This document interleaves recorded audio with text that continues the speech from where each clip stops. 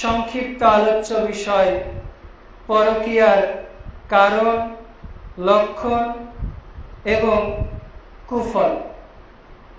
আজকে আমরা জানব পরকীয়া কাকে বলে, একজন মানুষ পরকীয়া কি কি কারণে করে থাকে, যখন কোনো ব্যক্তি পরকীয়ায় লিপ্ত হয় তার মধ্যে কি কি আলামত, কি কি লক্ষণগুলো প্রকাশ পায় এবং যারা পরকীয়ায় লিপ্ত হয় তাদের দুনিয়া ও আখিরাতে কি শাস্তি রয়েছে। এবং সর্বশেষে আমরা জানব পরকীয়ার কুফল। পরকীয়ার ফলে আমাদের সমাজে, সামাজিক, পারিবারিক অবস্থার কতটা অবদমিত বা অধঃপতন হচ্ছে, এই বিষয়গুলো সামনে রেখে আমরা সংক্ষিপ্ত আলোচনার চেষ্টা করব ইনশাআল্লাহ। আমা তাওফিক ইল্লা বিল্লাহি আলাইহি তাওয়াক্কালতু ওয়া ইলাইহি উনীব। আল্লাহ রাব্বুল আলামিন মানুষকে সামাজিক জীব হিসেবে সৃষ্টি করেছে, আর মানুষের জন্মগত বৈশিষ্ট্য যে তারা পারিবারিকভাবে জীবনযাপন করতে স্বাচ্ছন্দ্য বোধ করে। আর একজন মানুষের পারিবারিক জীবনযাপন করতে হলে সবচেয়ে যে জিনিসটা গুরুত্বপূর্ণ সেটা হচ্ছে যে ধর্মই অনুসরণ করুক না কেন, ধর্মের নিয়ম অনুযায়ী বৈধ পদ্ধতিতে নারী পুরুষের বিবাহের মাধ্যমে যে সম্পর্ক হয়, এর মাধ্যমে মূলত বংশ বিস্তার লাভ করে। তবে এর ব্যতিক্রমও কিছু রয়েছে। এমন কিছু লোক রয়েছে যারা বিয়ে করার আগেই হয়তো জেনা, ব্যভিচার, অবৈধ সম্পর্কে লিপ্ত হয়। আবার কেউ আছে বিয়ে করার পরেও, নিজের স্ত্রী, পরিবার থাকার পরেও অপর মহিলা, অপর পুরুষের সাথে অবৈধ সম্পর্কে লিপ্ত হয়। কিন্তু ইসলাম বিবাহ বহির্ভূত সমস্ত সম্পর্ককে হারাম করে দিয়েছে। আল্লাহ রাব্বুল আলামিন পবিত্র কোরআনের ৭৮ নং সূরা নাবার ৮ নম্বর আয়াতে বলছেন, ওয়া খালাকনাকুম আযওয়াজা। আল্লাহ বলছেন যে দুনিয়াতে আমি প্রত্যেকটা মানুষকে জোড়ায় জোড়ায় সৃষ্টি করেছি। এই আয়াতের ব্যাখ্যায় বলা হচ্ছে যে শুধুমাত্র আল্লাহ নারী পুরুষকে নয়, বরং পৃথিবীতে যে সমস্ত পশু পাখি, যে সমস্ত জীবজন্তুর যৌবিক চাহিদা রয়েছে, যৌবিক আকাঙ্ক্ষা রয়েছে, প্রত্যেকটা জিনিসেরই আল্লাহ একটার সাথে আরেকটা জোড়া সৃষ্টি করেছে বলে সুবহানাল্লাহ। তবে প্রত্যেকটা জিনিসের খেলাফে কিয়াস, মানে নিয়মের বহির্ভূত কিছু রয়েছে।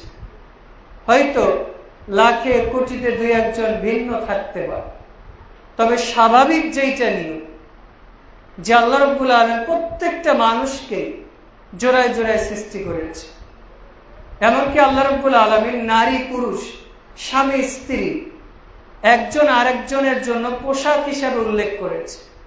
এই যে আমি যে জামাটা পরেছি, আমার শরীরে বিভিন্ন গোপন অঙ্গ আছে, অথবা বিভিন্ন রোগ জীবাণু, দোষ ত্রুটি থাকতে পারে, কিন্তু এই পোশাকটা পরার ফলে কি হয়েছে, সেগুলো ঢেকে রেখেছে।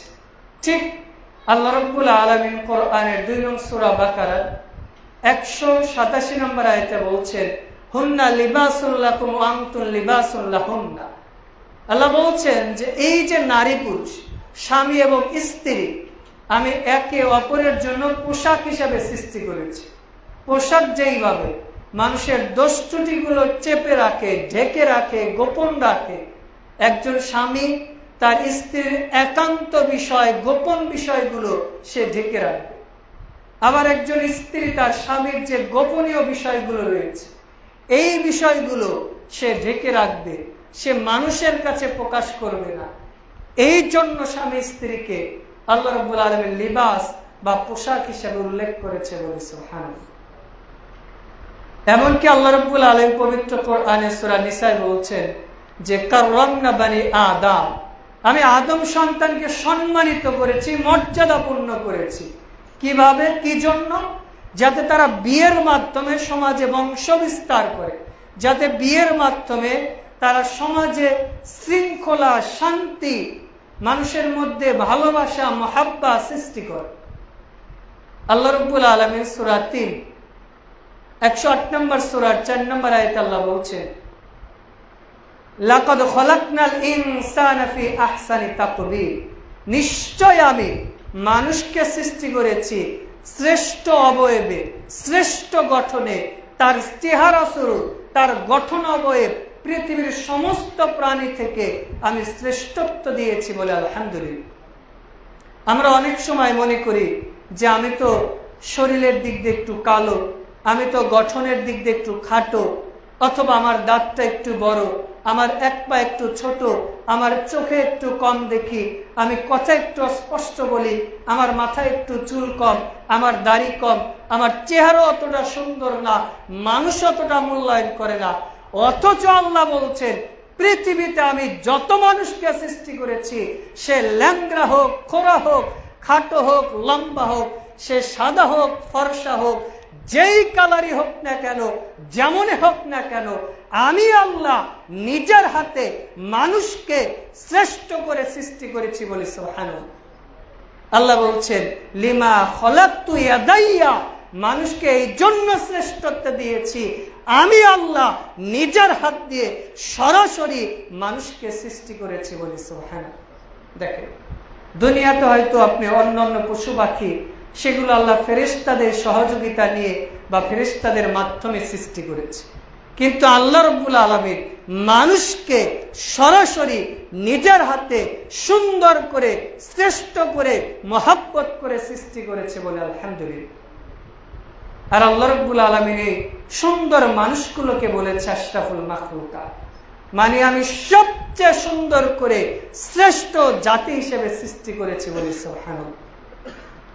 আবার আল্লাহ এই মানুষদেরকে বলতে যে পরিচয় দিতে যে আল্লাহ বলছেন সূরা আরাফ 7 নম্বর সূরার 179 নম্বর আয়াত, আল্লাহ বলছেন উলাইকা কাল আনআম, আল্লাহ বলছেন এই যে মানুষগুলোকে দেখতে পাচ্ছ, চেহারা স্রোতে মানুষ, দেখতে মানুষের মতো মনে হচ্ছে, বালহুম আদাল, আর এরা কুকুর শুকুর তো দূরের কথা, এর চেয়েও খারাপ। ওদের চেহারা সুন্দর, অবয়ব সুন্দর, গঠন সুন্দর, কিন্তু ওরা বৈশিষ্ট্যে পশু পাখির চেয়ে নিম্নে নেমেছে।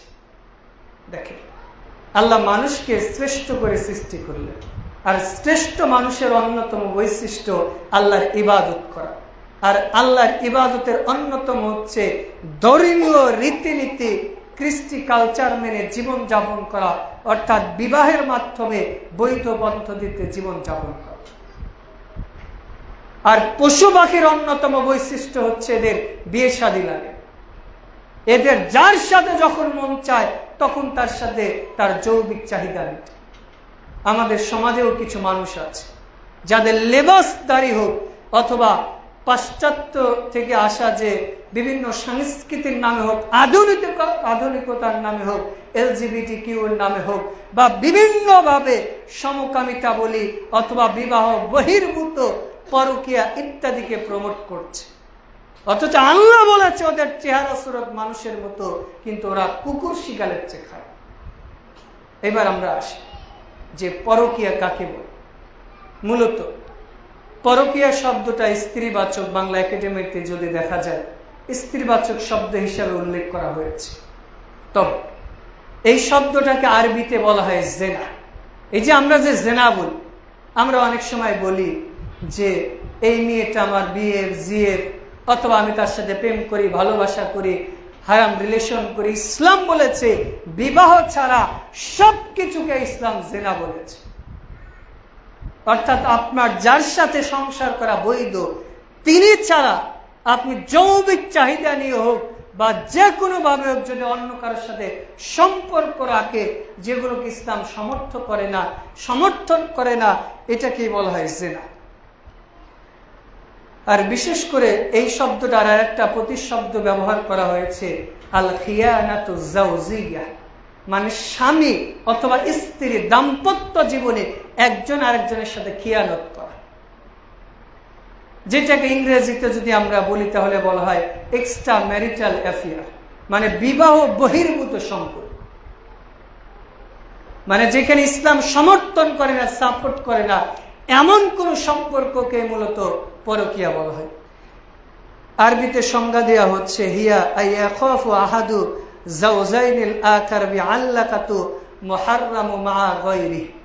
কোন একজন ব্যক্তি তার স্ত্রী অথবা স্বামীকে, তার পার্টনারকে ফাঁকি দিয়ে আরেকজনের সাথে যে সম্পর্ক করে, সেটা দৈহিক হোক, সেটা মুহাব্বা হোক, সেটা আন্তরিক হোক, যে সম্পর্ক করে এটাই হচ্ছে আল খিয়ানাতু যাওজিয়া, এটাই হচ্ছে পরকীয়া। অর্থাৎ বিয়ে ছাড়া যে সম্পর্ক আপনি অন্য নারীর সাথে করছেন, মাহরাম গুলো সেগুলো ভিন্ন কথাটা, যেগুলো ইসলাম সাপোর্ট করে না, এমন নারীর সাথে বা এমন পুরুষের সাথে যে আপনি সম্পর্ক বজায় রাখছেন, এটাই হচ্ছে জিনা, এটাই হচ্ছে পরকীয়া। আর ইসলাম এই পরকীয়া বা জিনাকে সম্পূর্ণরূপে হারাম করে দিয়েছে। বিশেষ করে অক্সফোর্ড ইউনিভার্সিটির একজন শিক্ষক তিনি বলছেন যে পরকীয়ার কথা উল্লেখ করতে যে তিনি বলছেন যে ক্যান্সার এবং পরকীয়া দুইটা একটার আরেকটার পরিপূরক। এমনকি তিনি আরো এক ধাপ আগিয়ে যে বলছেন যে ক্যান্সার হলে মানুষের বেঁচে থাকার সম্ভাবনা থাকে, যেরকম আমাদের মসজিদের সহকারী ইমাম আমাদের মিনহাজ ভাই, ওনার ভাইয়ের ক্যান্সার হয়েছে, লিভার ক্যান্সার, তার মানে তার বাচ্চা মরা 50-50, বাঁচতেও পারে মরতেও পারে। তাকে কেমো দিচ্ছে, ইনজেকশন দিচ্ছে, একটা ইনজেকশনের দাম 60,000 টাকা, 8টা-10টা ইনজেকশন দিচ্ছে, অর্থাৎ বাচ্চা মরা 50-50। এই যে একজন ব্যক্তির ক্যান্সার হয়েছে, কি মারা গেলেই জাহান্নামে যাবে? জাহান্নামে যাবে না। কিন্তু একজন ব্যক্তি যখন পরকীয়ায় লিপ্ত হবে, এই ব্যক্তি ক্যান্সারের চেয়েও মারাত্মক রোগে আক্রান্ত হয়েছে। কারণ ক্যান্সার হলে ঔষধের মাধ্যমে হোক, যে কোনো ভাবে সহজে হয়তো বাঁচা যায়, অথবা তার সর্বশেষ গন্তব্য সে মারা যায়। কিন্তু পরকীয়া এমন একটা ক্যান্সার যার কারণে নিজে মারা যায়, নিজের স্বামীকে ধ্বংস করে, নিজের ছেলে মেয়েকে ধ্বংস করে, নিজের পরিবারকে ধ্বংস করে, নিজের পুরো সমাজকেই ধ্বংস করে।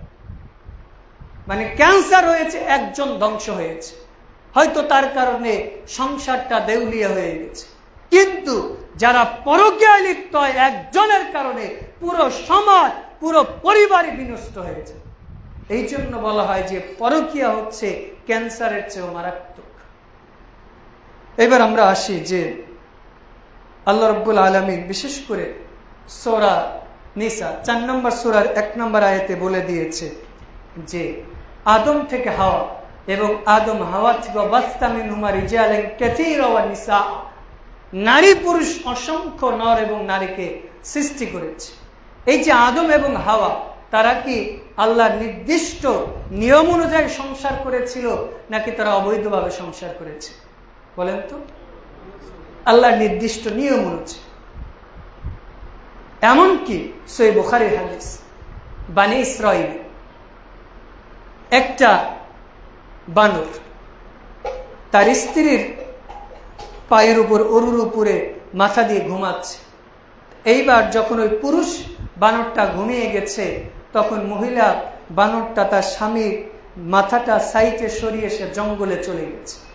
এবার ওই বানরটা আর একজন পুরুষ বানরের সাথে জেনায় লিপ্ত হয়েছে। পরবর্তীতে যখন আবার এসে তো ওই পুরুষ তার স্বামীর উরুটা, অর্থাৎ তার উরুর উপর মাথা রাখবে, এবার স্বামীটা জেগে উঠে বলছে, তোমার শরীর দিয়ে আমি জেনার দুর্গন্ধ পাচ্ছি। সহিহ বুখারীর হাদিসে স্পষ্ট বর্ণিত হয়েছে যে সাহাবীরা বলছেন যে রাসূল ইসলাম বলছেন যে তখন একজন বর্ণনাকারী বলছে, যেহেতু বনী ইসরাইলের ঘটনা, তিনি বলছেন যে আমি স্পষ্ট দেখেছি যে ওই গাধাটা, অর্থাৎ ওই যে বানরটা যে জিনা করেছিল নিজের স্বামীকে ছেড়ে, ওই বানরটাকে একটা ফাঁকা জায়গায় রেখে অন্যান্য বানররা পাথর দিয়ে রজম করে হত্যা করেছে। চিন্তা করেছে? একটা পশু, আমরা মানুষকে অনেক সময় বাদর বলে গালি দেই, এই বাদর আরেকজন বাদরের সাথে জিনা করার কারণে বাদররা বাদরকে পাথর দিয়ে মেরে রজম করেছে। একটা পশুর মধ্যেও তো গায়রিয়াত আছে, পার্সোনালিটি আছে, মানে তার মধ্যে নিজের ব্যক্তিত্ব আছে, অথচ আমরা এতটাই ব্যক্তিত্বহীন হয়ে গেছি, এতটাই নিজে গাইরিয়াতহীন হয়ে গেছি যে নিজের স্ত্রী রেখে একাধিক পুরুষের সাথে জিনা ব্যভিচারে লিপ্ত হচ্ছি, নিজের স্ত্রী একাধিক পুরুষের সাথে ফোন আলাপে লিপ্ত হয়, জিনা ব্যভিচারে লিপ্ত হয়। আমি বলি যে এই যুগে এটা করতেই পারে। এই তো গত 2 সপ্তাহ আগে একটা ভিডিও দেখেছি যে একজন মহিলা অবৈধ সম্পর্ক করে তার স্বামীর সাথে বিয়ে হয়েছে, স্বামী ইনকাম করে, গার্মেন্টসে কাজ করতে, এরপরে ছেলে মেয়ে হয়েছে, পরবর্তী সে বিভিন্নভাবে শো করত, অভিনয় করত। এক পর্যায়ে এই মহিলাটা যখন বাচ্চা হয়েছে তখন তার বাইরে যে শো করতে পারে না, বিভিন্ন পেজে লাইভ করত। এক পর্যায়ে ভিগো অ্যাপে যে সে লাইভ করতে করতে, ভিগো অ্যাপে তো বিভিন্ন সময়ে যে মানুষেরা অবৈধ কাজ করে, বিভিন্ন যারা করে বা দেখে তারা জানে, আমরা যতটুকু বাইরে থেকে শুনতে পাই যে ওখানে বিভিন্ন পয়েন্ট দেয়, টাকা দেয়। তো একজনের সাথে এইভাবে অবৈধ সম্পর্ক হয়েছে। ওই মহিলা নিজে বলছে যে আমার পাশে আমার স্বামী বসে থাকতো, আমি উলঙ্গ হয়ে ড্যান্স করতাম, নাচ করতাম, আমার স্বামী এতটাই পুরুষত্বহীন, এতটাই গাইরিয়তহীন যে আমার স্বামী কিছুই বলতো না। বলি না আসলে চিন্তা করেছে মানুষের গাইরিয়াত কত নিচে নামলে এত নিচে নামতে পারে। নিজের স্ত্রী টাকার জন্য নিজের শরীরের অঙ্গ প্রত্যঙ্গ আরেকজনের কাছে দেখাচ্ছে, আর স্বামী হয়ে সেখানে বসে বসে দেখে না। ওর যদি কর্মক্ষমতা না থাকে, কাজ করতে না পারে, ওর বিয়ে করার তো প্রয়োজন। ইসলাম তো বিয়ে করা সবার উপর ফরজ করে না। ইসলাম বিয়ের 4টা স্তর দিয়েছে। কার উপর ফরজ? ফরজ কার? যার দৈহিক এবং আর্থিক সামর্থ্য আছে, যে যৌবনকে কন্ট্রোল করতে পারে না, তার উপর বিয়ে করা ফরজ। সুন্নতকার জন্য দৈহিক এবং আর্থিক সামর্থ্য আছে, যৌবনকে কন্ট্রোল করতে পারে, বিয়ে করা সুন্নাহ, করলে ভালো, না করলে পাপ। আর হারামকার জন্য দৈহিক সামর্থ্য নেই, অথবা দৈহিক সামর্থ্য আছে, আর্থিক সামর্থ্য নেই, ওর জন্য বিয়ে করা বৈধ না, ও সিয়াম রাখবে। হারামকার জন্য যার দৈহিক সামর্থ্য নেই, আর্থিক সামর্থ্য আছে, ও কোনো সময় বিয়ে করতে পারবে না, ওর জন্য বিয়ে করা জায়েজ। তার মানে বিয়ের স্তর রয়েছে। আমরা তো অনেক সময় মনে করি বিয়ে করা ফরজ। জি না, বিয়ের স্তর আছে। আপনি যে বিয়ে করেছেন, আপনি যে বিয়ে করবেন, আপনার স্ত্রীকে পর্দার সাথে রাখতে পারবেন কিনা সেটাকে আপনাকে ইনশিওর করতে হবে। আপনি আপনার স্ত্রীকে হালাল ভাবে বৈধ ইনকাম করে খাওয়াতে পারবেন কিনা এটাকে আপনাকে ইনশিওর করতে হবে। যদি না পারেন তাহলে আপনার জন্য ইসলামের বিধান হচ্ছে সিয়াম। আর সাওমুল, সিয়াম রাখেন, আপনার যৌবনকে কন্ট্রোল করবেন। এইবার আসি পরকীয়া লিপ্ত হওয়ার কারণ কি। প্রথমত হচ্ছে ইসলামী শিক্ষার অভাব, ধর্মীয় শিক্ষার অভাব।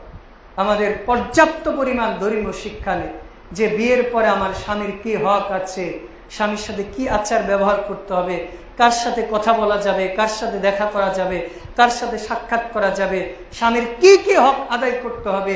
এই ইসলামী শিক্ষার অভাবে আমরা স্বামী স্ত্রীর হক আদায় করি না, স্ত্রী স্বামীর হক আদায় করি না, যার কারণে পরকীয়া ছয় লাভ করছে। অথচ আল্লাহ রাব্বুল আলামিন স্পষ্টভাবে বলে দিয়েছে সূরা আনআম 6 নম্বর সূরার 151 নম্বর আয়াত। আল্লাহ কোরআনে 2টা পাপের ধারে কাছে যেতে বলেছে, একটা হচ্ছে শিরক আর একটা হচ্ছে জিনা। আবারও আল্লাহ 2টা পাপের ধারে কাছেও যেতে নিষেধ করেছে, এক হচ্ছে শিরক আর 2 নম্বর জিনা। আল্লাহ বলছেন ওয়ালা তাকরাবুজ জিনা, তোমরা জিনার ধারে কাছেও যেও না। ইন্নাহু কানা ফাহিশাতান ওয়া সাআস সাবিলা, জেনে রাখো এই জিনার যদি ধারে কাছে যাও, তোমাদের যত পাপ আছে, যত ফাহিশিয়াত আছে, যত অশ্লীলতা আছে, সমস্ত অশ্লীলতার দরজা খুলে দিবে হচ্ছে এই জিনা ব্যভিচার। এরপর আল্লাহ রাব্বুল আলামিন সূরা আনআমে বলছেন ওয়ালা তাকরাবুল ফাওয়াহিশা, অশ্লীলতার ধারে কাছেও যেও মা যাহরা মিনহা ওয়া মা বাতান, সেটা প্রকাশ্য হোক অথবা গোপনে। প্রকাশ্য কি? আপনি আপনার স্ত্রীকে রেখে আরেকজন মেয়েকে স্টিজিং করছেন, আরেকজনকে বিভিন্নভাবে টিস করছেন, অথবা প্রকাশ্যভাবে বিভিন্নভাবে যৌবিক চাহিদা মেটাচ্ছেন। আর গোপনে কি? বাড়িতে কেউ নেই, বাসায় কেউ নেই, অথবা টয়লেটে যে ব্লু ফিল্ম দেখছেন, অথবা হস্তমৈথুন করছেন, ইত্যাদি ইত্যাদি করছেন। প্রকাশ্য এবং গোপন উভয়টাকে আল্লাহ হারাম করে দিয়েছে। তার মানে জেনা বা পাপের, সেটা ছোট হোক বা বড় হোক, সমস্ত জিনিস থেকে আমাদের দূরে থাকার চেষ্টা করতে হবে। আল্লাহ তৌফিক দান করুন, আল্লাহুম্মা। দ্বিতীয় কারণ হচ্ছে আমাদের যারা অভিভাবক রয়েছে তাদের মধ্যে ম্যাচিউরিটির অভাব। ম্যাচিউরিটির অভাব কেন বললাম? কারণ যখন দেখবেন বিশেষ করে আপনি নতুন করে বিয়ে করে এসেছেন, তখন আপনার মা আপনার বোনেরা বলবে যে ছেলেটা বইয়ের ভক্ত হয়ে গেছে, ছেলেটা শ্বশুর শাশুড়ি ভক্ত হয়ে গেছে, ছেলেটা আর আমাদের সময় দেয় না। ভাই বোন বলবে যে ভাই আর আগের মতো আমাদের সময় দেয় না, অন্যরকম হয়ে গেছে। সে সময় দিবে কেমন? কারণ আগে তো তার মা বা ভাই বোন ছিল, এখন তো তার ঘরে আরেকজন এসেছে। তার সুখ দুঃখ ভালোবাসা আবেগ আক্ষেপ সবকিছু বলার একজন মানুষ পেয়েছে, সে তো তাকে সময় দিবে। এক্ষেত্রে মাতা পিতাদের সজাগ থাকতে হবে যে আমার যখন বিয়ে হয়েছিল আমার অবস্থা কেমন হয়েছে। আজকে আপনি যখন আপনার নতুন ছেলের বউয়ের সাথে যে আচরণ করবেন, ও ওটাই শিখবে, ও হয়তো এইটা আবার পরবর্তীতে ব্যবহার করবে। এই জন্য যারা অভিভাবক রয়েছে, এই অভিভাবকদের কারণে অনেক সময় পরকীয়া ছয়লাভ করে। কি জন্য? যে আমি শ্বশুর শাশুড়ির কাছে মূল্যায়ন পাচ্ছি না, পরিবারের লোকের কাছে মূল্যায়ন পাচ্ছি না, তো অপরজন অপর পাশের লোক তো আমাকে মূল্যায়ন করছে। এই জন্য যারা অভিভাবক রয়েছে তাদেরকে বলবো যে যারা ছেলে মেয়ে রয়েছে তাদেরকে খেয়াল রাখতে হবে। আল্লাহ তৌফিক দান করুন, আল্লাহুম্মা। এরপরে যেটা 3 নাম্বার কারণ, সেটা হচ্ছে সামাজিক কারণ। সামাজিকভাবে একজন ছেলে মেয়ে বিয়ে করার পরে যে তাদের কি মূল্যবোধ রয়েছে, কি দায়িত্ববোধ রয়েছে, একে অপরের সাথে কি রকম আচার ব্যবহার করবে, এগুলো আমাদের সামাজিকভাবে শেখানো হয়। সামাজিকভাবে আমাদের কি হয়, বিয়ে শাদী হয়েছে, এবার দুলাভাই এসে তাকে কোলে নিয়ে যাবে, দুলাভাই এসে মিষ্টি খাওয়াবে, অথবা তার দেবর আমরা যাকে বলি, সে এসে ভাবিকে বিভিন্নভাবে টিস করে, বিভিন্নভাবে ইয়ার্কি ঠাট্টা করবে। এই যে সামাজিক মূল্যবোধের অবক্ষয়, এর কারণে ওই নারীটা দেখছে যে আমি বিয়ে হওয়ার পরেও স্বামীর বাড়িতে শ্বশুর বাড়িতেও এসে যেহেতু একাধিক পুরুষের সাথে নির্যাতিত হচ্ছে, তার মানে আমার পরকীয়ার রাস্তাই হবে। অথচ রাসূল সাল্লাল্লাহু আলাইহি ওয়াসাল্লাম বিশেষ করে এই যে দেবরদের সম্পর্কে রাসূলকে জিজ্ঞেস করা হচ্ছে, জানিল হাম, রাসূল আপনার দেবর সম্পর্কে কি বলেন? রাসূল বলছেন মাউত। রাসূল দেবরদের সম্পর্কে স্পষ্ট বলছেন, মুসলিমের হাদিস, মৃত্যু যেমন তেমন যে কোনো টাইমে আসতে পারে, ঠিক তোমার জন্য তোমার দেবর অর্থাৎ স্বামীর ছোট ভাইও তোমার মৃত্যু সমতুল্য। সমাজে দেখবেন যে যত জিনা ব্যভিচার তার 80% হয় হচ্ছে ভাবি আর দেবরের মধ্যে। কারণ ওই যে সমাজ শিক্ষা দিয়েছে ছোট ভাই, ও তো ছোট ভাইয়ের মতো। মাও বলে, শাশুড়ি বলে যে ওটা তো তোমার ছোট ভাইয়ের মতো। ছোট ভাই করতে করতে ওই ছেলের যে 20-25 বছর বয়স হয়ে গেছে, ওইটা আর মা বাপের মাথায় ঢোকে না। এই জন্য অভিভাবক যারা রয়েছেন তাদের সতর্ক থাকতে হবে যে একজন নারীর জন্য তার দেবর কখনো তার জন্য নিরাপদ নয়। সে আলেম হোক আর যেই হোক, সে তার জন্য কথা বলবে ততটুকু দূরত্বের মধ্যে, পর্দার আড়াল থেকে, হিজাবের সাথে, এবং তার সাথে সুন্দর নমনীয় কণ্ঠে কথা বলতে পারবে। সূরা নূরে আল্লাহ স্পষ্ট 30 নম্বর আয়াতে বলে দিয়েছেন, 30-31 নম্বর আয়াতে, তাদের সাথে কর্কশ ভাষায় কথা। কর্কশ বলতে স্বামীর সাথে যেরকম সুন্দর নমনীয় ভাবে কথা বলে এমন ভাবে বলবে, মানে এমন ভাষায় কথা বলা যাবে না যাতে তার দেবর অথবা তার আত্মীয় স্বজন তার প্রতি অ্যাডিক্টেড হয়ে যায়। এইভাবে সুন্দর করে নমনীয় ভাষায় কথা বলা যায়। এরপরে 4 নম্বর যেটা কারণ, সেটা হচ্ছে নারী পুরুষের অবাধ মেলামেশা। অর্থাৎ আমাদের সমাজে পরকীয়ার অন্যতম একটা কারণ হচ্ছে নারী পুরুষ একাকার, পর্দা বা হিজাবের কোনো বালাই নেই। একসাথে যখন চলে, সেটা কর্মক্ষেত্রে হোক, সামাজিক ক্ষেত্রে হোক বা পারিবারিক ক্ষেত্রে, বিশেষ করে একান্নবর্তী ফ্যামিলিগুলোতে এই ধরনের অকারেন্স বা দুর্ঘটনা বেশি ঘটে। কারণ সেখানে পর্দা নেই, নারী পুরুষ একসাথে খায়, একসাথে বসে, একসাথে মেলামেশা করে, যার কারণে এরকম পরকীয়া বা জিনা ব্যভিচার সমাজে ছয়লাভ করে।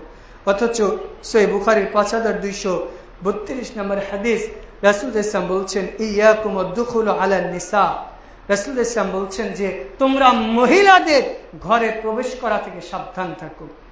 ফাকাতালা রাজুলুন মিনাল আনসারি, একজন আনসার লোক এসে রাসূলকে জিজ্ঞেস করছেন, আফারাইতা হামু ফাকালা হামুল মাউত আল রাসূল, যদি ঘরে যদি স্বামী না থাকে তাহলে কি ওই ঘরের মধ্যে তার দেবর ঢুকতে পারবে, তার ছোট ভাই যেতে পারবে? রাসূল বলে, আরে না, তার দেবর তো তার জন্য মৃত্যু সমতুল্য, সে যাবে কেমন?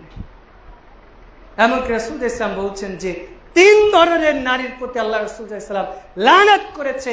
তার মধ্যে অন্যতম হচ্ছে ওই নারী যার স্বামী প্রবাসে থাকে, বিদেশে থাকে, অথবা তার বাড়ি থেকে কর্মক্ষেত্রে গিয়েছে, এই অবস্থায় খেয়ানত করে তার স্ত্রী তার লজ্জাস্থান অপর জায়গায় ব্যবহার করেছে। এই নারী জান্নাতে যাওয়া তো দূরের কথা, জান্নাতের সুঘ্রাণ পাবে। আল্লাহ হেফাজত করুন, আল্লাহুম্মা। এরপর পর্দাহীনতা, বিশেষ করে পর্দাহীনতার মধ্যে বেশ কিছু বিষয় রয়েছে। একটু আগেই যেটা বললাম সেটা হচ্ছে কথার ক্ষেত্রে নমনীয়তা বজায় রাখতে হবে, দৃষ্টিপাতের ক্ষেত্রেও বজায় রাখতে হবে। অর্থাৎ আপনি যখন আপনার ভাবির সাথে কথা বলবেন, অথবা আপনি যখন নন মাহরাম পুরুষের সাথে কথা বলবেন, মাথা নিচু করে কথা বলতে হবে। কারণ মানুষের চোখ থেকে আকর্ষণ, আকর্ষণ থেকে ভালোবাসা, এরপরে জেনা ব্যভিচার শুরু হয়। এই জন্য নারী পুরুষ উভয়কে চোখকে হেফাজত করতে হবে, কণ্ঠস্বরকে হেফাজত করতে হবে। নারীদের কণ্ঠটাকে আল্লাহ এতটাই পর্দার মধ্যে রাখতে বলেছে, বিশেষ করে সালাতের মধ্যে ইমাম ভুল করেছে, লাখ লাখ মুসল্লি আছে, সূরা ফাতিহার একটা আয়াত ভুল করেছেন। ধরেন বললাম আলহামদুলিল্লাহি রাব্বিল আলামিন মালিকি ইয়াউমিদ্দিন, দ্বিতীয় আয়াত কি? মানে সবাই ভুল ধরতে পারে, কিন্তু 1 লক্ষ পুরুষ মুসল্লি আছে, কেউ ভুল ধরতে পারে নাই। মহিলারা বলতে পারবে পর্দার আড়াল থেকে? পারবে। ও সর্বোচ্চ হাতটা এইভাবে উল্টা দিকে তালি দিয়ে বলতে পারে, এইভাবেও পারবে না। কি জন্য? কারণ হাতের নমনীয়তা আছে। এই জন্য নারীরা কি করবে? উল্টা দিকে হাতে তালি দেবে। চিন্তা করেছেন আল্লাহ রাব্বুল আলামিন কণ্ঠকে কতটুকু নারীর জন্য পর্দার বিধান দিয়েছে? অথচ আমরা অনেক নারী আছে যে কোরআন তিলাওয়াত করে ইউটিউব ফেসবুকে ছাড়ি, আবার বিভিন্ন ইসলামী গজল নাশিদ বলে এগুলো হারাম। যে নারী বালেগ হয় না, অর্থাৎ নাবালক নারীর কণ্ঠস্বর, সেটা বৈধ রয়েছে যদি ফিতনার আশঙ্কা না থাকে। আল্লাহ হেফাজত করুন, আল্লাহুম্মা। এরপরে বিশেষ করে পরকীয়ার অন্যতম কারণ হচ্ছে নারীর অশালীন পোশাক।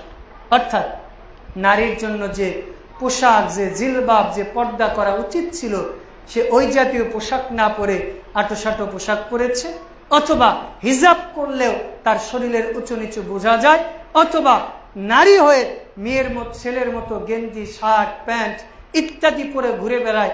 এগুলো অন্যতম পরকীয়ার কারণ।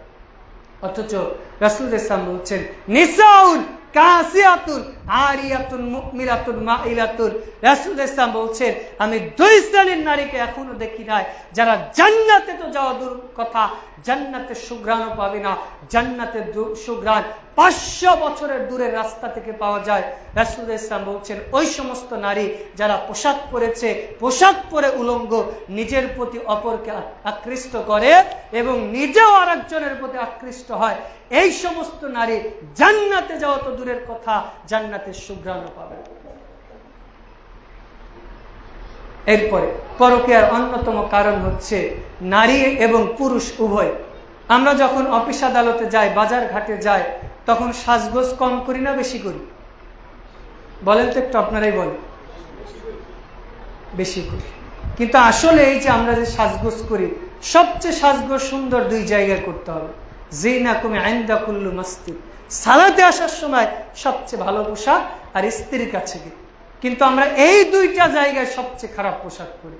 সালাতে আসবো, মাটি ঘাটে কাজ করেছি, দুর্গন্ধ ছেঁড়া সবচেয়ে বাজে পোশাক, ওইটা পরে আমরা মসজিদে আসবো। আর স্ত্রীর কাছে যাব, ঘেমে দুর্গন্ধ বের হয়েছে, ওই পোশাক নিয়ে যাব। আর স্ত্রী সারাদিন রান্নাবাড়ি করেছে, শরীরে ঘামের গন্ধ, রান্নার গন্ধ, তরকারির গন্ধ নিয়ে স্বামীর কাছে যাবে। এইটা অন্যতম কারণ পরকীয়া। অথচ স্বামী স্ত্রী একে অপরের জন্য আল্লাহ সৌন্দর্য সৃষ্টি করেছে, একজন আরেকজনকে দেখাবে। সালাতে যখন আসবেন, সবচেয়ে ভালো, সবচেয়ে উত্তম যে পোশাকটা, এটাই পরে আসতে হবে। আপনার একটা পোশাক আছে, হয়তো আপনি গরিব মানুষ, ছেঁড়া, কিন্তু সুন্দর পরিষ্কার করে পরে আসেন। আপনি স্ত্রীর কাছে যাবেন, সবচেয়ে যে ভালো পোশাক ওইটা পরে যাবেন। আপনি স্বামীর কাছে যাবেন, সবচেয়ে যে ভালো পোশাক, যে গহনাগুলো দিয়েছে এইগুলো আপনি পরে যাবেন। কিন্তু আপনি ভ্যান চালক, রিক্সা চালক, গাড়ি চালককে আপনার স্বামী কষ্ট করে যে শাড়িটা কিনে দিয়েছে, থ্রি পিসটা কিনে দিয়েছে, মেকআপ দিয়েছে, ওগুলো সারা দেশের মানুষকে দেখাচ্ছে। অথচ দেখানো উচিত ছিল আপনার স্বামীকে। আপনি যত মানুষকে দেখিয়েছেন, তিরমিজির হাদিস, রাসূল ইসলাম বলেছেন কিছু নারী রয়েছে যারা জেনা না করে জেনার সমপরিমাণ পাপী। তারা কারা? ওই সমস্ত নারী যখন রাস্তাঘাটে বের হবে, হেলে দুলে চলবে, সুন্দর পোশাক পরিধান করবে, আতর, সুরমা, মেকআপ, পাউডার মাখবে, ওর শরীরের সুঘ্রাণ যত পুরুষ পাবে তত পুরুষের সাথে জেনার সমপরিমাণ পাপী হবে। মা বোনের একটা মাসালা মনে রাখবে, আপনাদের জন্য ওই সমস্ত প্রসাধনী বৈধ রয়েছে যেটার কালার রঙিন কিন্তু সুঘ্রাণ নেই।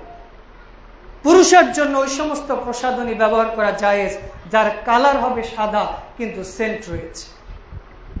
আপনি যদি মেকআপ, আপনি যদি ফেস ওয়াশ ব্যবহার করছেন, আপনার উদ্দেশ্য যদি এইটা হয় যে মুখটা একটু পরিষ্কার করব, তাহলে আপনার জন্য জায়েজ। তবে সাদা কালার যেগুলো, এগুলো ব্যবহার করুন। আপনি আতর ব্যবহার করছেন, সেন্ট ব্যবহার করছেন, পাউডার ব্যবহার করছেন, পারফিউম ইউজ করছেন, যেগুলো সাদা কালার, এই জাতীয় হচ্ছে পুরুষের জন্য। আর মহিলারা ব্যবহার করবে যেগুলো রং আছে, কালার আছে, কিন্তু রাস্তাঘাটে এগুলো সে ব্যবহার করতে পারবে। আর স্বামীর সামনে আপনি রঙই কি আর সাদাই কি, যেইটাতে স্বামী সন্তুষ্ট সেটাই আপনি ব্যবহার করতে পারবেন। আল্লাহ স্বামী স্ত্রী একে অপরকে সন্তুষ্ট করার যে পদ্ধতি রয়েছে এগুলো অবলম্বন করার তৌফিক দান করুন আল্লাহুম্মা।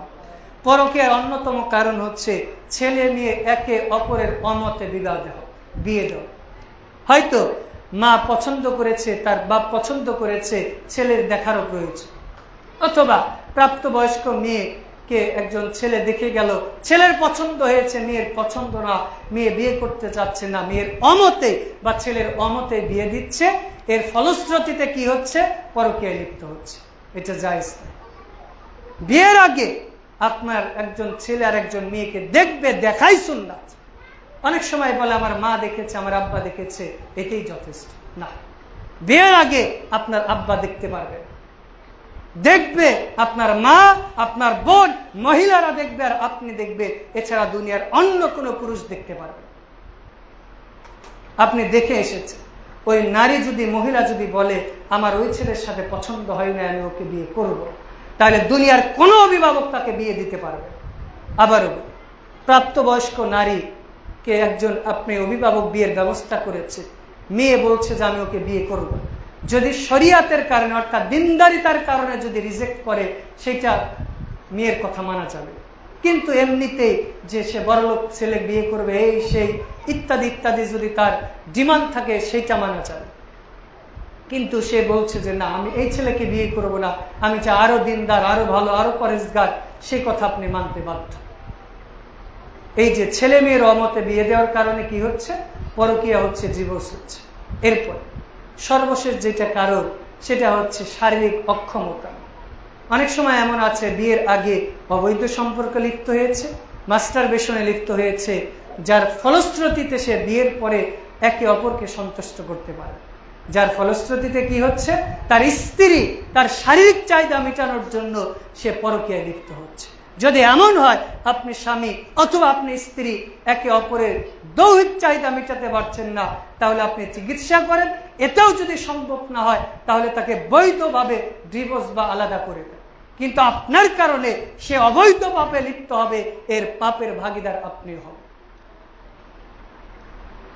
এরপর আরো একটা কারণ, সেটা হচ্ছে অনেক সময় এমন হয় যে কোনো পুরুষের বিয়ে করার সক্ষমতা আছে, সে একাধিক বিয়ে করতে পারবে, তখন তার স্ত্রী একাধিক বিয়ে করতে দেয়, যে আরেকটা বিয়ে করলে আমার ভালোবাসা কমে যাবে, ইত্যাদি ইত্যাদি।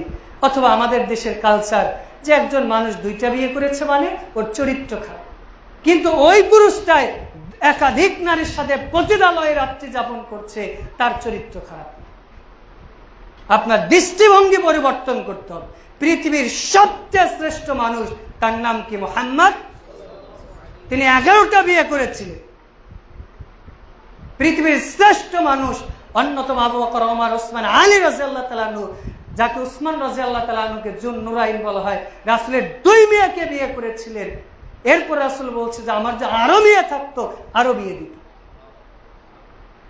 পৃথিবীর শ্রেষ্ঠ মানুষগুলো একাধিক বিয়ে করেছে, আর আমি আপনি মনে করি যে একাধিক বিয়ে করলে তার চরিত্র খারাপ। জি, আবার কেউ আছে বিয়ে করার পরে অবৈধ সম্পর্কে লিপ্ত হওয়ার পর ধরা খেয়ে বিয়ে করে বলে সুন্নাত করল। আপনার সুন্নাত কিয়ামতের মাঠে আল্লাহ ছুটাল। আপনার শারীরিক চাহিদা আছে, আপনার স্ত্রীকে বলবেন, যদি মেনে না নেয় আপনি বিয়ে করে নিয়ে আসবেন, দুনিয়ার কোনো আইন দিয়ে ঠেকাতে পারবেন। আবারও আপনার দৈহিক চাহিদা আছে, আপনার স্ত্রীকে বলবেন, যদি মেনে নেয় নিল, না দিলে দুনিয়ার কোনো আইন ঠেকাতে পারবে। আল্লাহ বলেছে সূরা নিসা 3 নম্বর আয়াতে, ফানকিহু মা তাবা লাকুম মিনান নিসা মাসনা সুলাসা ওয়া রুবা। আল্লাহ বলেছে নারীদের মধ্যে যাদের দিনদার পরহেজগারিতায় তোমাদের ভালো লাগে, 2টা 3টা 4টা করে বিয়ে করো। যদি তোমরা ইনসাফ না করতে পারো একটাতে সন্তুষ্ট হও। তবে বিয়ে করেছেন ঠিক কথা, একাধিক বিয়ে করলে আপনার ইনসাফ করার মতো মানসিকতা থাকতে হবে। ইনসাফ মানে কি? আপনি রাত্রি জাগরণের ক্ষেত্রে সমতা বজিয়ে রাখবেন, আর আর্থিক চাহিদার ক্ষেত্রে যার যতটুকু প্রয়োজন তাকে ততটুকু দিতে হবে। আল্লাহ আমাদের হেফাজত করুন, আল্লাহুম্মা। এইবার আসি, যদি কোনো ব্যক্তি পরকীয়ায় লিপ্ত হয় তাহলে তার মধ্যে কি আলামত লক্ষ্য পাওয়া যায়? বিশেষ করে যদি কোনো নারী পরকীয়ায় লিপ্ত হয়, পরকীয়ায় লিপ্ত হলে তার মধ্যে নারী বা পুরুষ অন্যতম তাদের নিদর্শন বা আলামত হচ্ছে, দেখবে যে তারা একটু লুকোচুরি করবে। মানে আপনার কাছে কোনো একটা জিনিস সে প্রকাশ করতে চাইবে না, গোপন করতে চাইবে এমন। আবার আপনি এই আলামতগুলো দেখার সঙ্গে সঙ্গে সে পরকীয়া করেছে এরকম ক্লেম দিবেন, বরং আপনি আরো যাচাই বাছাই করবেন যে আদৌ সেই কাজগুলো করেছে কিনা, বা আরো অন্য কোনো সমস্যা আছে কিনা। আপনাকে কাউন্সিলিং করতে হবে, তাকে কাছে ডেকে বুঝাতে হবে যে তোমার সমস্যা আছে কি। পরকীয়ার অন্যতম নিদর্শন হচ্ছে অতিরিক্ত মোবাইল ফোন টিপে কিনা, ঘরের কোনায় কোনায় কোনাতে যে, টয়লেটে যে, অথবা বাড়িতে যখন না থাকে তখন মোবাইল ফোন টিপে কিনা, অথবা আপনি বাইরে গিয়েছেন হঠাৎ করে মোবাইলটা কোথাও লুকিয়ে রাখে কিনা। এইগুলো পরকীয়ার অন্যতম নিদর্শন।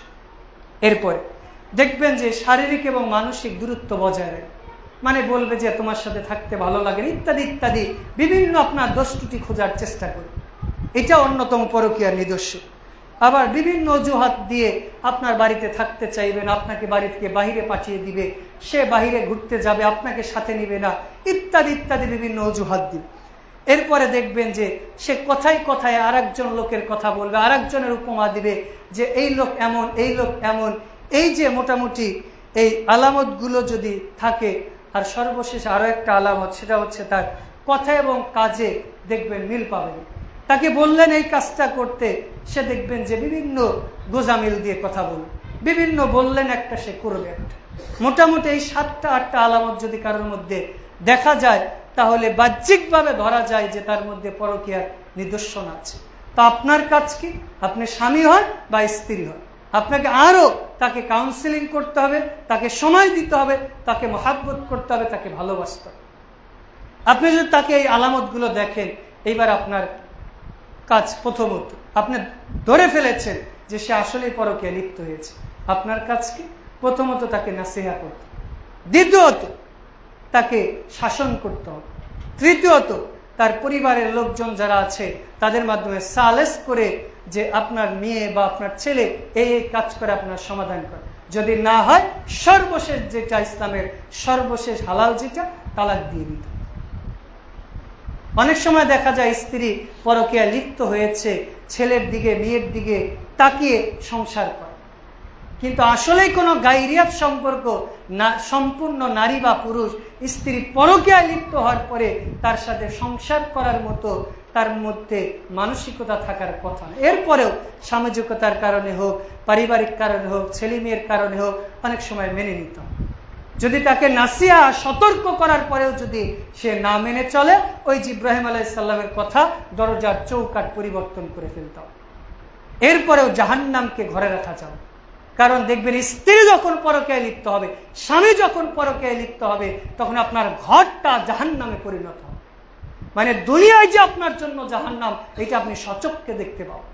কারণ অনেক সময় আমাদেরকে তো অনেকে বলে যে সাহেব বিয়ে করেছি, টাকা পয়সা ধন সম্পদ কোনো কিছুর অভাব নেই, কিন্তু ঘরে গেলে মনে হয় যে ঘরের মতো খারাপ জিনিস আমার কাছে নেই। স্ত্রীকে দেখলে মনে হয় দুনিয়াতে ওর চেয়ে বড় ডাইনি, স্বামীকে দেখলে মনে হয় দুনিয়াতে ওর চেয়ে খারাপ লম্পট কেউ। অথচ এই দুইজন একে অপরকে দুনিয়াতে সবচেয়ে বেশি ভালোবাসতো। কিন্তু আপনি যখন একজনের প্রতি যে বিশ্বাস, এইটাকে যখন ভেঙে ফেলবেন, এটা হচ্ছে কাঁচের মতো যেমন জোড়া দেওয়া যায় না, এই মোহাব্বত বা ভালোবাসাটাও তেমন সহজে জোড়া দেওয়া যায়। এই জন্য আপনাদের প্রতি নাসিহা, যদি আপনারা এরকম অবৈধ সম্পর্কে লিপ্ত হয়ে থাকেন তাহলে এগুলো থেকে দূরে থাকেন। আল্লাহ তৌফিক দান করুন। আল্লাহুম্মা। এইবার আসি, পরকীয়ায় যে লিপ্ত হয়, পরকীয়া লিপ্ত হয় কুফল কি? প্রথমত এটা হচ্ছে অমানবিক কাজ। এর মাধ্যমে কি করছে, আমি আমার স্বামী বা স্ত্রী একে অপরের যে হক, এগুলো নষ্ট করে ফেলছে। যারা পরকীয়া লিপ্ত হয় তাকে সমাজের লোক ভালোবাসে না, একটা অসভ্য লোক সে যে পরকীয়া করে তাকে কখনোই ভালোবাসে। কারণ পরকীয়া যারা করে তারা সমাজের জন্য, রাষ্ট্রের জন্য, দেশের জন্য, এমনকি পরবর্তী প্রজন্মের জন্য একটা ভাইরাস। এরপরে দ্বিতীয় যেটা কারণ, সেটা হচ্ছে এই পরকীয়ার কারণে সমাজের মধ্যে যে বংশ আসে, পরবর্তী বংশধর তাদের পরিচয়হীন হয়। পরিচয়হীন মানে আপনি বিয়ে করেছেন, আপনার স্ত্রী একাধিক পুরুষের সাথে লিপ্ত হয়েছে, আপনার ঘরে যে সন্তানটা এসেছে ওই সন্তানটা আর একজনের, কিন্তু আপনার সন্তানদের অরিসিয়ান সূত্রে যে সম্পদ সে ভোগ করলো, এমনকি হারাম ভাবে সে আপনার ঘরে বসবাস করল। এই তো গত 2 মাস আগে একটা নিউজ দেখলাম, সম্ভবত রাশিয়াতে একজন লোক 35 বছর থেকে তার স্ত্রীর সাথে সংসার করে, সে সম্ভবত কোনো সিনেমা করে এরকম কিছু হবে, তো 35 বছরের মধ্যে 5টা সন্তান হয়েছে। এইবার তার শেষ বছর 40 বছরের 35 বছরের সংসার এসে তার মধ্যে কেমন যেন একটা সন্দেহ হয়েছে, ডিএনএ টেস্ট করে দেখছে যে একটা সন্তানও তার না। পরবর্তীতে স্ত্রী বলছে যে আসলে আপনার তো সন্তান দেওয়ার মতো সক্ষমতা নেই, এই জন্য আমি আরেকজনের সাথে অবৈধ সম্পর্ক করে এই সন্তানগুলো গর্ভধারণ করেছি বলে না। চিন্তা করেছে, যদি আপনার স্বামী, আপনার স্ত্রী যদি সন্তান ধারণ না করতে পারে, আপনি তার সাথে সংসার করেন। যদি আপনার নাই চলে তাহলে বৈধভাবে তাকে আলাদা করে দিয়ে আপনি যার সাথে সংসার করলে সন্তান হবে তাকে বিয়ে করেন, কিন্তু পরকীয়া করতে যাবেন। কারণ এর মাধ্যমে ইসলামের যে একটা ধারাবাহিকতা রয়েছে, একটা মিরাসিয়ান সূত্র যে রয়েছে, এগুলোকে একেবারে নষ্ট করে দেয়। অথচ আল্লাহ রাব্বুল আলামিন বলছেন যে এই যে ধন সম্পদ, একজন আরেকজনের ধন সম্পদ অবৈধভাবে আত্মসাৎ করাকে আল্লাহ রাব্বুল আলামিন নিষেধ করেছে। বিশেষ করে পরকীয়ার কারণে যে আপনার ঘরে আরেকজনের সন্তান জন্মগ্রহণ করল, তাহলে আপনার যদি সে মেয়ে হয়, ওই মেয়ের সাথে তো আপনার স্বামীর পর্দা করতে হবে, অথবা পরবর্তী যে ছেলে মেয়েগুলো ছিল তারা তাদের সাথে পর্দা বা বিভিন্ন বিষয়গুলো থেকে যায়, অথবা অরিসিয়ান সূত্র বিভিন্ন বিষয়গুলো থেকে যায়। একটা পাপের কারণে বিভিন্ন পাপ সমাজকে ছয়লাভ করে। এরপরে পরকীয়ার অন্যতম কারণ হচ্ছে সামাজিকভাবে বিভিন্নভাবে রোগ ব্যাধি ছড়িয়ে পড়ে। যখন আপনি আপনার স্বামী ছাড়া আরো একাধিক পুরুষের সাথে, অথবা আপনার স্ত্রী ছাড়া একাধিক স্ত্রীর সাথে অবৈধ সম্পর্কে লিপ্ত হচ্ছে, তখন HIV, হেপাটাইটিস সব বিভিন্ন জানা অজানা রোগ ব্যাধিতে ছড়িয়ে পড়ছে। যার কারণে যে আপনার স্ত্রী বা আপনি আর একজন এরকম রোগীর সাথে অবৈধ সম্পর্ক করছেন, সেই রোগ আপনার পরবর্তী যারা বংশধর আছে তাদের মধ্যে ছড়িয়ে যাচ্ছে। এই জন্য বিশেষ করে আপনাদের প্রতি নাসিহা, যারা অবৈধ সম্পর্ক লিপ্ত হয়েছেন তারা এই সমস্ত সম্পর্ক থেকে দূরে থাকবেন। আল্লাহ তৌফিক দান করুন। আল্লাহুম্মা আমিন। খুতবার শেষ দিকে চলে এসেছি। বিশেষ করে এই পরকীয়ার কারণে আমাদের সামাজিক পারিবারিক যে বন্ধনগুলো রয়েছে এর মধ্যে বিশৃঙ্খলা সৃষ্টি হয়। এর মধ্যে বিশেষ করে যারা পরকীয়ার কারণে আমাদের যে ছেলে মেয়েগুলো যারা রয়েছে তারা মানসিকভাবে তারা প্রেশারের মধ্যে বড়। কারণ যখনও বড় হওয়ার পরে জানবে যে আমার মা এই কাজ করতে যে ধরা পড়েছিল, আমার আব্বা এই কাজ করতে যে ধরা পড়েছিল, তখন সে মানসিকভাবে একটা প্রেশার বা ট্রমার মধ্যে থাকে। সে বড় হওয়ার পরেও তার মধ্যে বারবার পীড়া দেয়, আমার আব্বা এমন ছিল, আমার মা এমন ছিল। ও যখন স্কুলে পড়বে, কলেজে পড়বে, মানুষ সব সময় বলবে যে আরে তোর মাই তো এমন, তোর বাপ তো এমন, তুই কেমন হোক। ও যেমন ভালোই হোক, ও যতই ভালো হোক, ওকে সামাজিকভাবে বিভিন্নভাবে হেয় প্রতিপন্ন করা হবে, যার কারণে ওর যে মানসিক ভারসাম্য অথবা যে মেধার যে বিকাশ করার কথা ছিল, এইটার কারণে তার মেধা লোপ পাবে, তার মেধা স্বাভাবিক গতিতে যে বেড়ে ওঠার কথা ছিল এটা পাবে। এরপর আমাদের বিশেষ করে যারা জিনা ব্যভিচারে লিপ্ত হয়েছি, তারা স্বামী স্ত্রী একে অপরের প্রতি সন্তুষ্ট থাকার চেষ্টা করতে হবে। আপনাকে চিন্তা করতে হবে যে আল্লাহ রাব্বুল আলামিন যে দুনিয়াতে আপনাকে স্ত্রী দিয়েছে, আপনাকে যে স্বামী দিয়েছে, এটা আপনার জন্য পরীক্ষা। বিশেষ করে মহিলা যারা রয়েছে, আপনার স্বামী হিয়া জান্নাতুকা নারুকা, আপনার স্বামী আপনার জান্নাত, আপনার স্বামী হচ্ছে আপনার জন্য জাহান্নাম। আর বিশেষ করে স্বামী যারা রয়েছেন আপনার জন্য, রাসূল সাল্লাল্লাহু আলাইহি ওয়াসাল্লাম মৃত্যুর আগেই বলছেন যে তোমরা দাস-দাসী যারা রয়েছে এবং তোমাদের অধীনস্থ তোমাদের স্ত্রী যারা রয়েছে, তাদের সাথে ভালো আচরণ করো। তোমরা যে খাও, যে পোশাক পরিধান করো, তোমাদের স্ত্রী, তোমাদের ছেলে মেয়ে, তাদেরকে একই ধরনের পোশাক দাও। তাদের প্রতি জুলুম করো না, তাদের প্রতি অত্যাচার করো না। রাসূল ইসলাম এটাও বলে দিয়েছে যে একজন আরেকজনের সাথে যদি সংসার না চলে, তালাক দাও সম্মানের সাথে। সম্মানের সাথে তালাক দেওয়া মানে কি? আমাদের দেশে তো তালাক দেই তো দেই, গালি গালাস মারধর করে, এরপরে কোর্ট কাছারির মাধ্যমে বিভিন্নভাবে তালাক দিচ্ছে। অথচ ইসলাম বলেছে একজনের সাথে আপনার সংসার চলে না, তালাক দিয়ে দিবেন, এমনকি তাকে স্বেচ্ছায় আরো কিছু হাদিয়া তোহফা দিয়ে দিবেন। এটা ইসলামের বিধান। আবারও আপনি আপনার স্ত্রীকে তালাক দিয়ে দিয়েছেন, আল্লাহ না করে, তার যেগুলো প্রাপ্য সেগুলো দেওয়ার পরেও আপনার সামর্থ্য অনুযায়ী তাকে কিছু হাদিয়া তোহফা দিয়ে দিন। কি জন্য? কারণ তার সাথে তো আপনি দৈহিক কিছুটা হলেও চাহিদা মিটিয়েছেন, সেই তো আপনার ছেলে মেয়েকে জন্ম দিয়েছে। অতএব সে যাই করুক না কেন তার প্রতি ইহসান করতে হবে। বিশেষ করে সালাফদের একজন ছিল যার স্ত্রীকে তালাক দিবেন। তখন মানুষেরা জিজ্ঞেস করছেন যে আপনি আপনার স্ত্রীকে কেন তালাক দিবেন? তিনি বলছেন যে আমার স্ত্রীকে আমি কে জন্য তালাক দিব? আমার স্ত্রীর দোষের কথা আমি কেন আপনাকে বলবো? ও তো আমার স্ত্রী, যতই পাপ করুক, ও তো আমার স্ত্রী, ওর পাপের কথা আমি কেন আপনাকে বলবো? এবার যখন তালাক দিয়েছে, ওই লোক আবার এসে বলছে, আচ্ছা এখন বলেন আপনার স্ত্রীকে তালাক দিয়েছে। সমাজে কিছু লোক আছে না যে মানুষকে দেখবেন যে শুধু খোঁচাতে থাকবে, মানুষ কাজে এইটা, নিজের সংসারে কি হলো, নিজের স্ত্রী কি করলো, নিজের ছেলে মেয়ে কি করলো, ওইটার খবর। আরেকজন সংসারে কিভাবে ভাঙা যায়, কিভাবে ক্লিকবাজি করা যায়, এগুলো নিয়ে পড়ে থাকে। তো তখন উনি বলছেন যে তুমি যখন আগে জিজ্ঞেস করেছিলা তখন আমার স্ত্রী ছিল, এখনো তো আমার স্ত্রী না, আরেকজন স্ত্রীর দোষ কেন আমি বর্ণনা করব? সুবহানাল্লাহ, চিন্তা করেছে? মানে নিজের স্ত্রী থাকা অবস্থায় দোষ বলে নাই, আবার তালাক দেওয়ার পরেও তার দোষ কারো কাছে বলে। এটাই হচ্ছে গায়রিয়াত, এটাই হচ্ছে আত্মসম্মান। আর আমি আপনি কিছু হতে না হতে আমার স্ত্রী এই করেছে, ওই করেছে, বিয়ের আগে ওই করেছে, এতজনের সাথে এই করেছে, আপনি বলতে গেলেন কেন? আপনার স্ত্রী এতজনের সাথে এই করেছে, আপনি কেমন পুরুষ, কেন মেনে নিলেন? আপনি কেন বলতে গেলেন মানুষ? এই যে আপনি যখন বললেন, এর কারণে কি হলো? শয়তান খুশি হয়। কারণ রাসূল ইসলাম বলছেন, মুসনাদ আহমদের হাদিস, শয়তান এইভাবে তার সিংহাসনে বসে, সব শয়তানকে একত্রিত করার পর বলে, এই আজকে কি কি পাপ করেছো রিপোর্ট পেশ কর। তখন একজন বলে যে আমি একজনকে চুরি করিয়েছি, একজনকে জেনা করিয়েছি, একজনকে মিথ্যা বলিয়েছি, একজনকে হত্যা করিয়েছি। তখন ওই শয়তান বলে, আরে এগুলো কিছুই না। তখন আর একজন বলে যে আজকে আমি একটা কাজ করেছি। কি করেছি? স্বামী স্ত্রীর মাঝে ঝগড়া লাগিয়ে দিয়েছি, স্বামী স্ত্রীর মাঝে বিচ্ছেদ করে দিয়েছি, স্বামী স্ত্রীর মাঝে তালাক দিয়েছি। তখন এইবার শয়তান ওকে ডেকে নিয়ে এসে বুকে লাগিয়ে বলবে, সাব্বাস, তুমি কাজের মতো কাজ করেছ।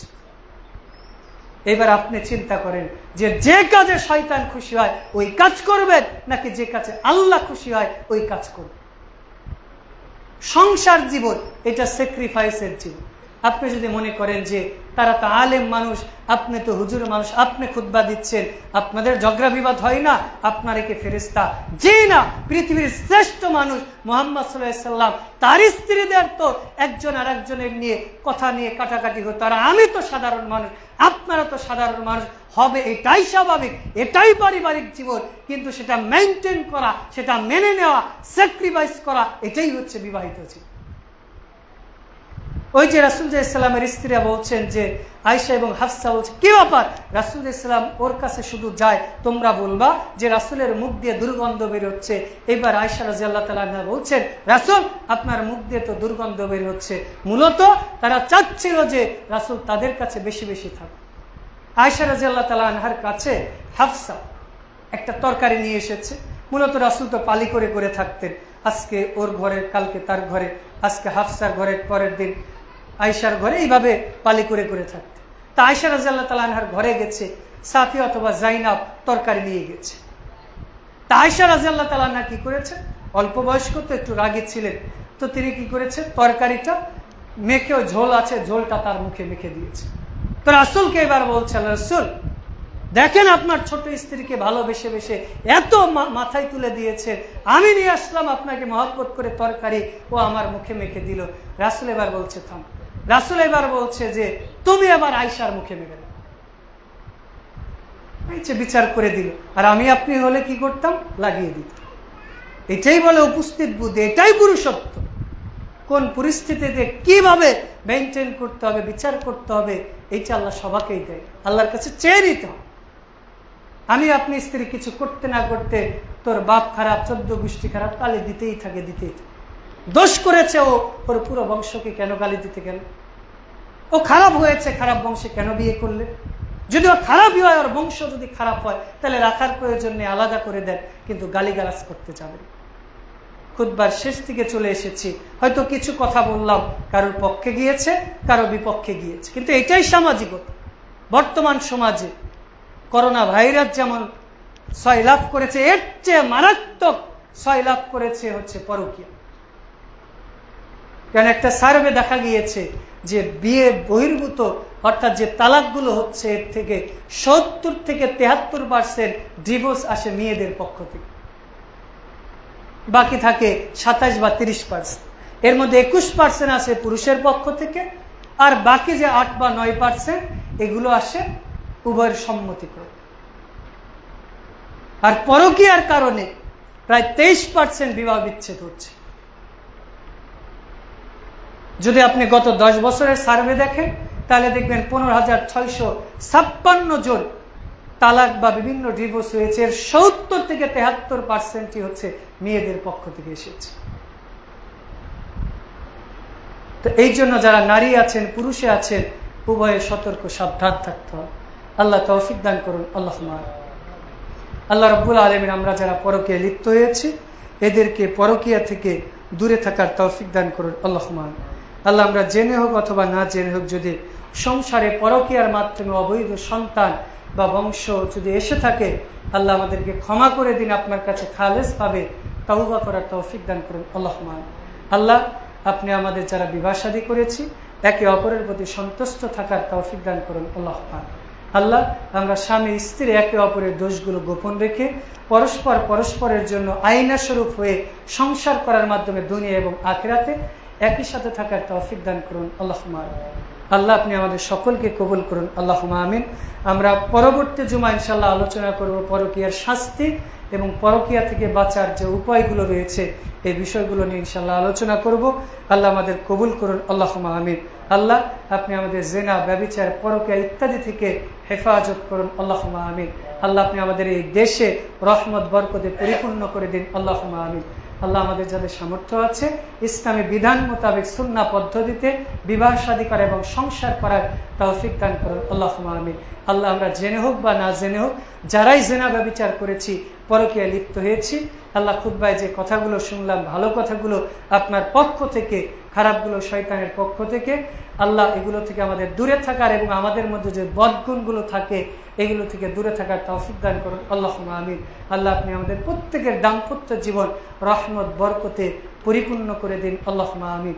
আল্লাহ আমরা যারা সুস্থ রয়েছি তাদের শেফা আজলা হায়াতে তৈয়বা দান করুন, আল্লাহুম্মা আমিন। আল্লাহ আমরা যারা ইসলাম বিমুখ রয়েছি তাদের সকলকে ইসলাম মুখী করে দিন, আল্লাহুম্মা আমিন। আল্লাহ আপনি আমাদের দেশের উপর রহমত বর্ষণ করুন, আল্লাহুম্মা আমিন।